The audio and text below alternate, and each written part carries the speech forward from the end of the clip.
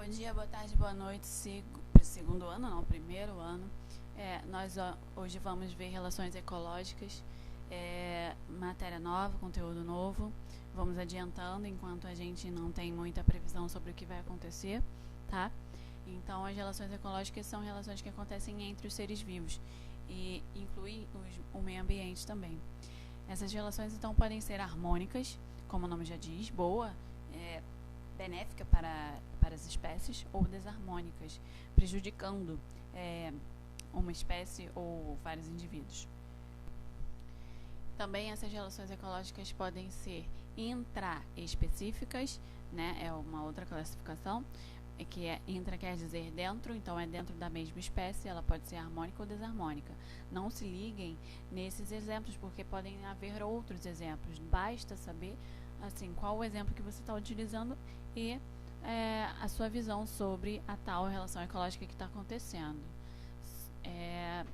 Tem também relações interespecíficas, que são entre espécies diferentes, harmônicas ou desarmônicas.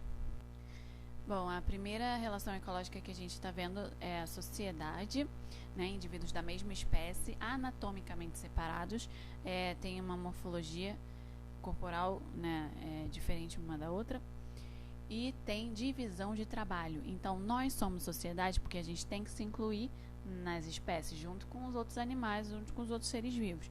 Nós temos, sim, essa relação ecológica de sociedade, separação de trabalho. Aqui também as abelhas, cupins e formigas.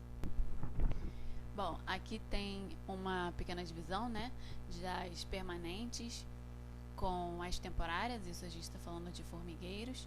As permanentes são divididas em rainha e operárias. As operárias são jardineiras, cortadeiras, soldados, generalistas, entre outras. E aqui todo o canal que elas vão fazendo para trabalhar. Já colônias são relações ecológicas benéficas também, harmônicas, e são da mesma espécie, ou seja, intraespecíficas. Então, são associações de indivíduos da mesma espécie que formam uma unidade estrutural e funcional diferente do organismo individual, ou seja, eles são anatomicamente unidos. Um exemplo são os recifes de corais. Nós vamos ver aqui embaixo. São esses os recifes, né?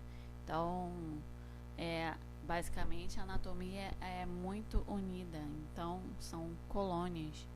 Não tem essa divisão de trabalho como no outro que a gente viu, na sociedade.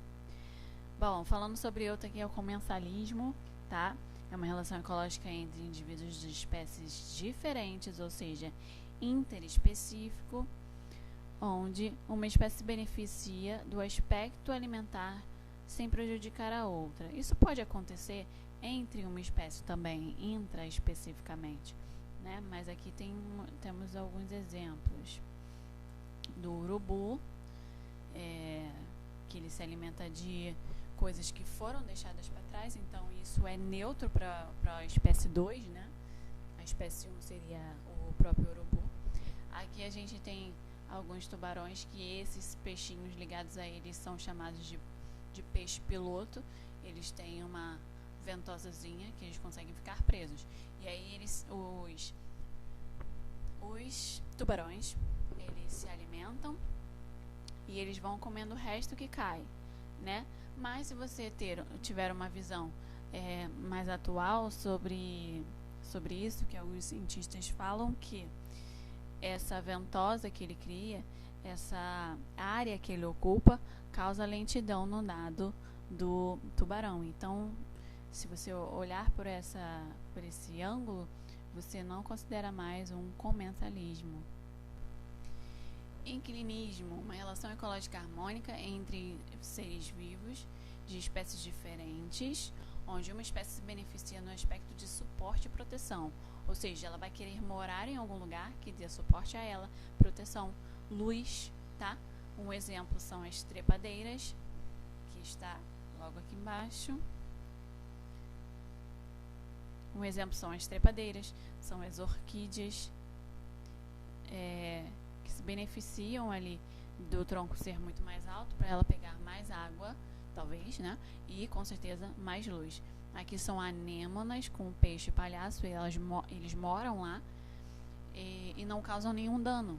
Então é positivo para eles e neutro para as anêmonas, que são quinidários. Aqui é outro tipo de inquilinismo. Esse daqui também falando sobre a teia de aranha.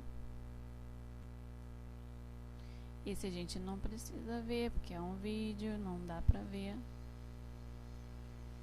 O mutualismo, galera, é uma relação harmônica. Pode ser intra, pode ser interespecífico também. Mas só que ela precisa ser obrigatória. E só essas espécies diferentes ou indivíduos diferentes na mesma espécie só conseguem viver se esse mutualismo, se essa relação ecológica estiver acontecendo. Então, pode até ser chamado de mutualismo obrigatório, porque tem o mutualismo facultativo, que é a protocooperação.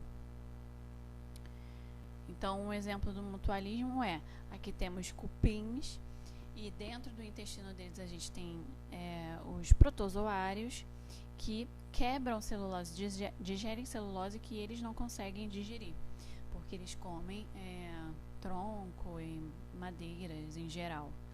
Aqui é outro exemplo também de mutualismo. São os líquens, associação entre algas e fungos, não conseguem viver separados. E outro aqui também, micorrizas, que é a associação entre fungos e raízes leguminosas. Aqui a gente não falou sobre a protocooperação, mas, como eu já expliquei, protocooperação é um mutualismo não obrigatório. Ele pode acontecer, deixa eu só voltar, ele pode acontecer, mas ele não é obrigatório. Não é que se isso acabe, eles morrerão, igual ao mutualismo obrigatório, não é, tá bom? Então, na outra aula a gente vê o resto, que é mais a parte desarmônica. Bons estudos, até lá!